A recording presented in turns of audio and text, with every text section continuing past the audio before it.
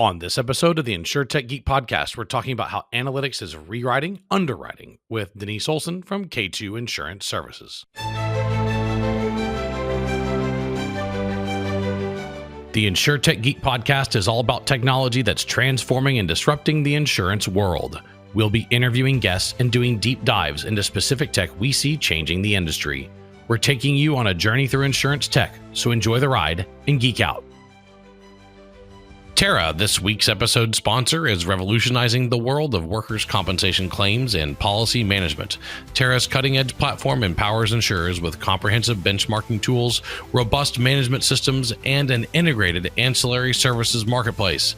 Discover how Terra is driving innovation and efficiency in workers' comp at terra.insure. That's terra.insure. And we are back with another great episode of the InsurTech Geek podcast. I'm your InsurTech Geek, James Benham. With me, the most interesting man in insurance, Rob Galbraith. Rob, how's it going? Look, the shelves are looking a little thinner over there. Definitely, James. Yep. In the process of, actually, these are all show books. All the real ones are packed. These are duplicates that I have that I'm going to eventually sell at half price books, but they're here for display purposes per our realtor. So this is how they were showcasing the home as part of the sale. Staging the home. Staging the home. You got it. So, painful process. So we're there. We've still got stuff shoved in some nooks and crannies, but for the most part, it looks beautiful. So, and of course, your home always looks the most beautiful when you're about to move out. Yeah, remember we talked about this. You're doing that punch list, and now you're not going to want to leave because you actually finally fixed all the things you should have fixed the last few years, Dad. Come on. That's okay. It's all right. I do have a policy because I've bought and sold a few different houses over the last 25 years. And I do have a policy that I just always hit my punch list and get it done now because I went through that where I didn't want to sell it when I was done because I finally did my punch list. And anyway, it's okay. It's a happy, sad moment. Glad things are going well for you though. And with us today, Denise Olson from K2 Insurance Services. Denise, how are you? I'm doing really well. Where do you join us from today? So I'm based in Omaha, Nebraska, and it's been a gorgeous day today. I bet you it has. Omaha in the spring is a pretty place. Omaha in June is the best place. You know why? College World Series. College World Series. That's right. It's my favorite time of year. Yes. It's the most wonderful time of the year. And because now, back in the day, it's when we made our annual pilgrimage to Rosenblatt. Now I guess it's still called TD Ameritrade Stadium. Yes. Yes, I think so. It just doesn't have the magic, Denise. No, it's it really big. doesn't. It's corporate. It's still a great place to watch baseball. And it is, you're right. It's the best 2.5 weeks in Omaha of the year, in my opinion. It is. And then other than maybe the annual Berkshire Hathaway Investor Summit. Yes, which for those who live in Omaha is not the best weekend. So. Exactly. It's not fun like baseball, but everything's too crowded and the flights are too expensive. So Exactly. Yeah. So you just hunker down at home and hope that it doesn't impact your day. Although, now that the Oracle of Omaha is retiring, I wonder what that's going to be like, Yes, that will be really interesting to watch and see. Yeah, the magic fairy dust is not going to be there, so we'll see. Right. We'll see what happens. But thank you for joining us from beautiful Omaha, Nebraska, to talk about tech and to geek out on insurance. I'm going to start talking about you. Now, you and I were on a panel at InsurTech New York. We had a lot of fun. I was like, I need to have this person on my podcast, so thank you for being on. I want to talk about you and your career. You've built a pretty impressive career across actuarial science, underwriting, program leadership. You've really done quite a bit, which I love that you've been able to move through different key roles in insurance over the years, all the way back to your role as an actuary director at CNA in the early 90s through your time at Zurich, where you were at Zurich for quite some time, 20 years. To K2. What drew you after being with some really big companies at CNA and Zurich? What drew you and really inspired you to take on the chief underwriting officer role at K2? It's been such an interesting journey, and you're right. I've been blessed to be able to do a number of different things, and I think where my career led me as I moved from the actuarial role and then into an underwriting role, and I was the head of product development for a couple of years, and I did some systems implementation, business lead for systems implementation roles. The thing that was a theme throughout all of it was program business. I have been in the industry over 30 years. 2/3 of that time has been spent in the programs world specifically. And I just love the model. I love the program model. I love the specialization. I love the fact that you can get different kinds of risks and really understand them. And plain vanilla risks they're called plain vanilla for a reason. It's not super interesting, but the more interesting risks are the ones that I just love. I love problem solving. I love figuring something out. So when I left Zurich, I became eligible for early retirement, and I started to think, I could stay here for another 5-10 years if I wanted to, but I feel like I've kind of done what I need to do here, and I would love to be in something that's a little more challenging, a little more risk that's involved with it. Get to do something that frankly is totally different, but still within the insurance field and within programs. So a friend of mine let me know that they were looking for a CUO at K2. I know the business leaders at K2. I knew them from my time in programs, and it really was a pretty easy decision. K2 is a holding company. They have 35 different business units across the country, and we insure almost anything you can think of.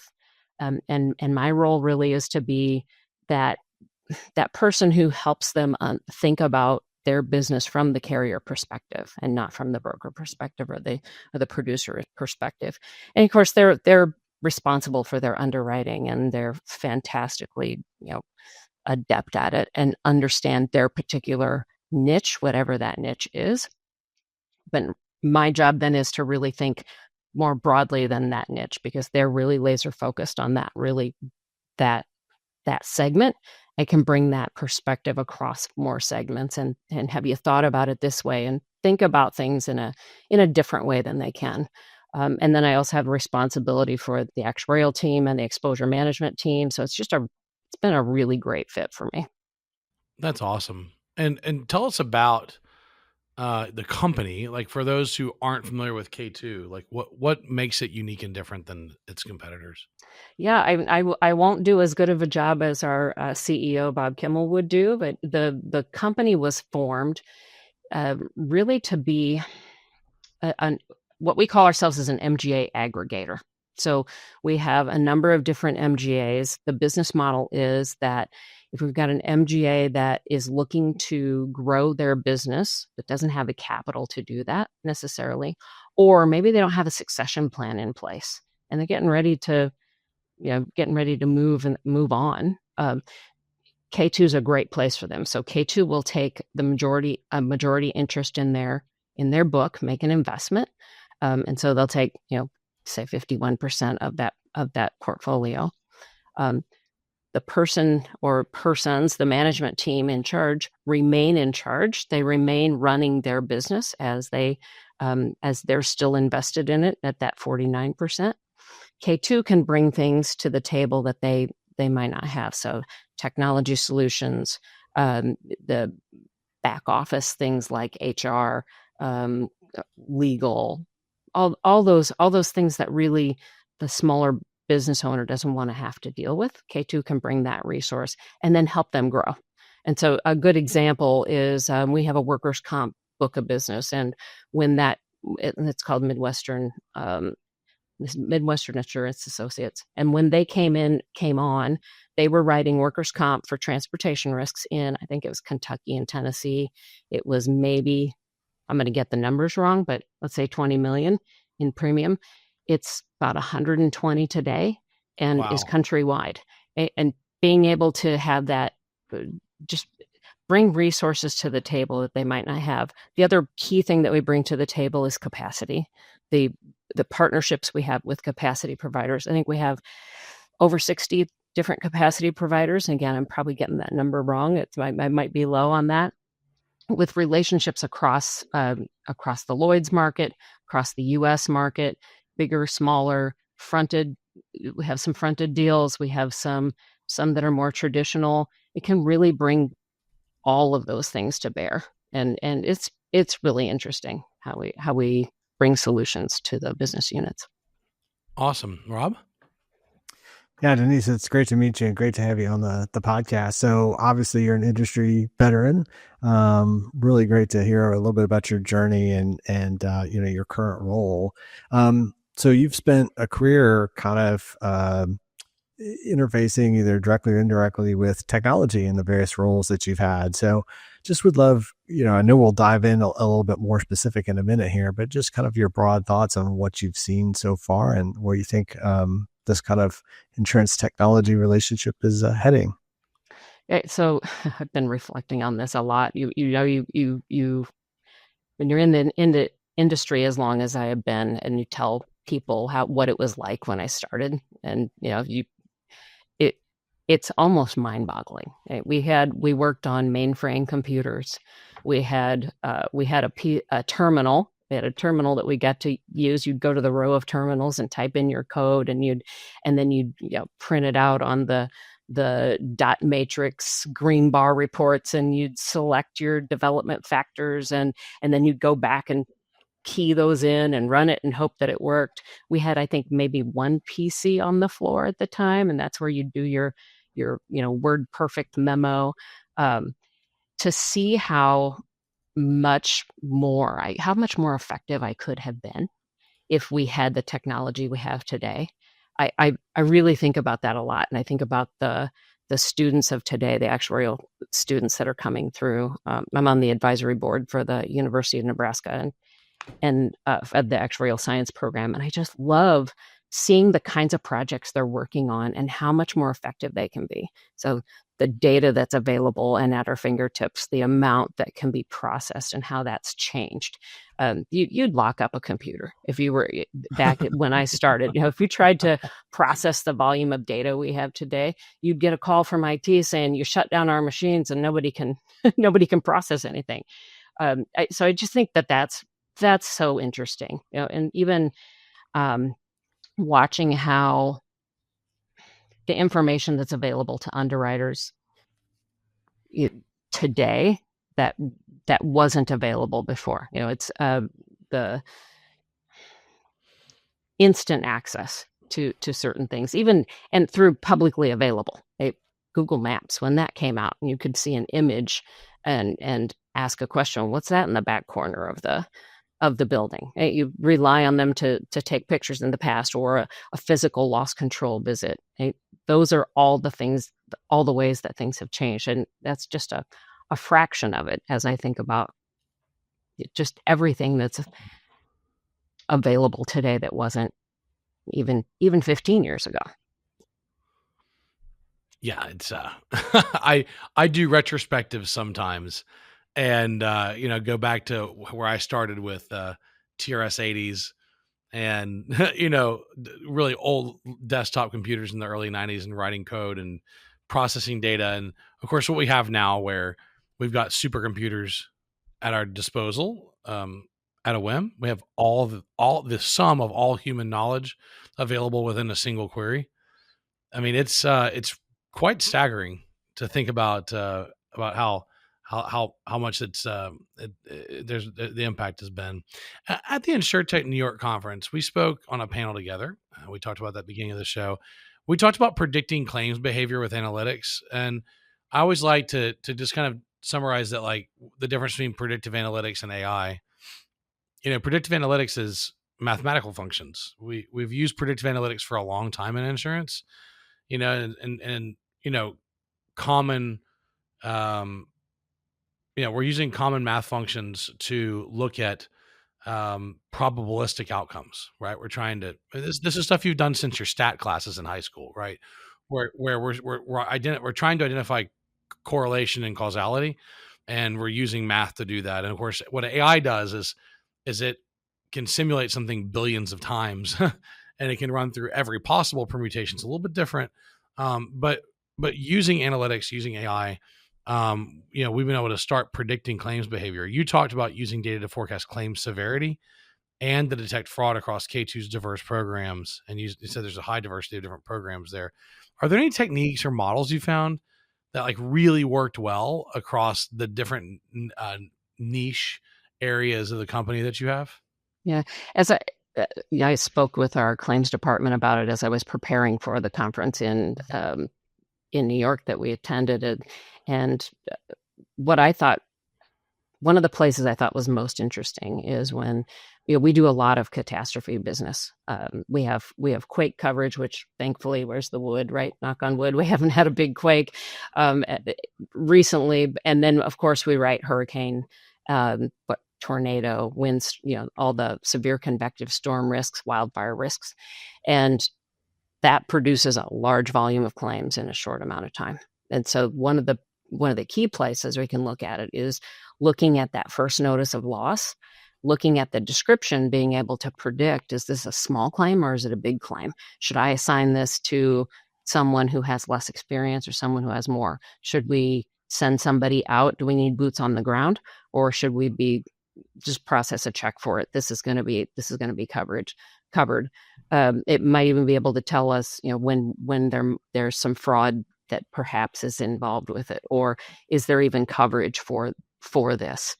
So the catastrophe one, I think, is the most interesting because you really do want to get out there as quickly as you can, make contact with that insured. If there's anything we've learned, I think the flip side of all the technology is that human touch can get lost. And somebody who's suffered a claim, they want a phone call. They want to know somebody hears them. They don't want to go with a chatbot and interact that way and then wait for 5 days to get a phone call back when they've got something damaged in their life. And so I think the really cool thing about the predictive models for claims really is making sure we're calling the right people at the right time and making that claimant feel secure. Somebody's got me. Somebody's paying attention to what's going on, and it's that right level of coverage and touch. So I thought that was a really neat example. That's awesome. Yeah, I mean we've been using it pretty heavily in work comp, and we have a pretty specific set of tools that we use to predict claim severity, recommend treatments, to even calculate the predictive ROI on a treatment. So we can actually predict what the ROI based on historical claims and the machine learning models that learn from those outcomes. We can predict, hey, look, this will be a 2x ROI if you get a nurse case manager involved right now. So there's some really cool things you can do, as well as assist in, of course, reserve setting. And fraud detection is also equally interesting, where it can look for patterns in data that we don't necessarily see ourselves. So, go ahead, Rob. So Denise, I'm curious, in your experience, particularly, you talked about being a holding company, all the different companies that are kind of under your umbrella, all the different partners that you work with. Anytime you're rolling out kind of a new technology, right, whether it be a predictive claims platform or something else, there's going to be some change management involved. There's probably going to be some cultural and structural hurdles involved. So I just, if you have some best practice for our audience in terms of rolling out a new change of any kind, and I'll leave it somewhat vague, particularly if you've got some examples or one or two that you'd love to use to kind of elucidate maybe some broader principles or concepts or best practices that you've identified. Yeah, sure. I think I've done a lot of change management over the years, and particularly when I worked on this large project at Zurich that I talked about, I learned a lot about change management, and probably the most important thing that I learned is the solution that you're bringing. You've spent a lot of time with the solution. You know what it is. You're excited about it. You're bringing it to somebody for the first time. You have to get them to where you're at. So you have to take a step back and really help them to learn about whatever that solution is. And before you can do that, you have to understand their world. So what are the problems that they're facing? Do you really understand, have a good grasp of what are the biggest pain points, and really understand their process from beginning to end? And is the pain point of this person the same thing as the pain point of this person? So I like to go and say, okay, we've got 5 underwriters. We'll use that as an example. I've got 5 underwriters. I've got this new cool tool that I think is going to help them to be able to underwrite more quickly. That's what we care about. I don't want to spend time on files that are going to waste my time. I want to spend time on files that we can bind, we're more likely to bind. And I want to get to the issues within the policy, within the risk, as quickly as I can. And I want that in front of the underwriter, the person who has that knowledge to be able to deal with those risks as quickly as I can. Well, I have to know what that process looks like. Who's so in a risk situation, who's the intake person? What do they do with it? What does the next person do with it? And if I can then elicit what are those pain points, then I can go to the solution and say, okay, now I can map the solution that I have with the pain points and be able to demonstrate them to them. Here's how we can solve. Here's how I think we can solve for it, and not bringing the solution, right? I'm not saying it's going to solve your problems, but it could. I think this might be a good thing for us to try. Are you willing to try that with me? I think another piece is really understanding how does that person feel about technology. If an underwriter tells me in the first couple of minutes that they AI is never going to take my job, there's no way you could build any tool that could do as good of a job as an underwriter does. That's a red flag for me. Right? This is a person who's tech averse and has a little bit of fear that maybe it's going to take over part of their role. And so I'm going to approach that person differently than somebody who is an early embracer and adopter of technology. Well, them, I'm going to show the cool tool and I'm going to say, look what this can do. This is really exciting. So you have to know your audience. It's all part of that change management. You can't ignore it. You can't say, oh, well, we're just not going to do it because you're scared of it. Right? That doesn't work. But you have to be a little bit more careful. And I'm a big fan of test and learn. Of hey, let's try this. Can you try it with me and try to break it for me? Right? Find all the problems, and that way they're engaged in that solution and finding out, hey, this doesn't work as well. All right, you're right, that's not working. Let's find out why not. Let's see how we can talk with whether it's a vendor or we developed it internally. Let's see how we can solve for that issue. And then the last piece is, of course, making sure that you're measuring. Right? Is it actually helping? And what's that return from the business leader's standpoint? They're not the ones doing the work, but here's what we saw in the proof of concept. Here's how much time we think we can save you. Here's how it turns into from a dollar standpoint, and that there's a positive return. That's really important to be able to demonstrate. So, it's that knowing your audience thing. Very cool. So let's kind of wrap with this question. Looking ahead, because right now AI is the now. Like I gotta tell you, I feel that I got a new Tesla Model Y with the full self-driving. I never touched the steering wheel ever, and so I'm a little weirded out because I feel like I'm in the future and the other cars on the road are in the past. You know what I mean? Like I feel like I'm in the future now. Like full self-driving will just blow your mind because it's something that you saw in every sci-fi movie. So just acknowledging that large language models, machine learning, self-driving cars, all of these things are here. Fully smart houses, they're all here. That's the now. That's not the future anymore. That's current tech.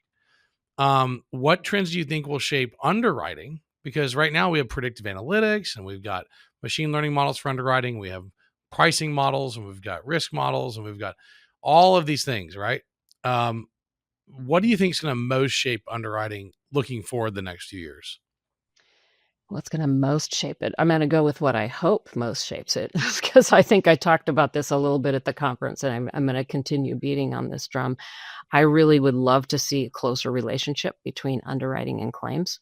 So I would love for there to be real-time claim trends being sought out of the loss descriptions, pulling those things out, saying, here's what's coming. Here are, for example, and I can use something on the underwriting side too, but let's say that we denied coverage for this particular type of risk, 20% of the time. All right, well, could we underwrite for and price for that risk and have a coverage around it? That's something that I would be interested in doing, right? We talk a lot about avoiding losses, but that's not actually the business we're in. It's pricing for and appropriately understanding what those risks are and then paying those losses when they happen. Certainly we don't want losses that are, that can be controlled by the insured. It should be fortuitous, all those things. So I think that's a really big opportunity. I think the same thing could happen on the underwriting side. If you are, let's say that you're declining 50% of the risks before you even bother to quote them. They just don't fit the model. Okay, what do those 50% look like? Is there another market there for us? Are we turning away good business or business that we could write, but maybe with a different capacity partner or in a different way with a more limited coverage? So I think there are a lot of ways for us to really think of from a portfolio standpoint rather than the risk by risk standpoint, and bring that, have more people thinking about it. I think we get very, very involved in individual risk underwriting, and that's great. That's what underwriters should do. I also want to tap into their brains and pull them back and think more broadly about the product and about the risks that we're writing. That's really hard at the individual underwriter level, but when you collectively pull their knowledge together, then they start feeding off of each other. Like, oh yeah, and I do see this quite a bit. And I think that I would love to see the technology bring those conversations to the forefront and really enhance the quality of those conversations. Awesome. Okay. Wonderful discussion. Rob, any closing comments? No, Denise, it's great to have you on. And I love that last response, just talking about kind of the individual underwriter. I think about the individual claims adjuster as well, right? And you're right. Like so many times I've seen in the past from working at carriers where it's just like next run the queue, next run the queue, next run the queue, right? And so you do get kind of laser focused on it, and you can gain some type of efficiency and you're self-sustaining, I guess, in somewhat, right? But you're right about like the forest in the trees, right? Of like, hey, if we all take a step back, and when you do have those kind of team meetings, or you do kind of force those conversations between underwriting and claims, sometimes they can be really awkward.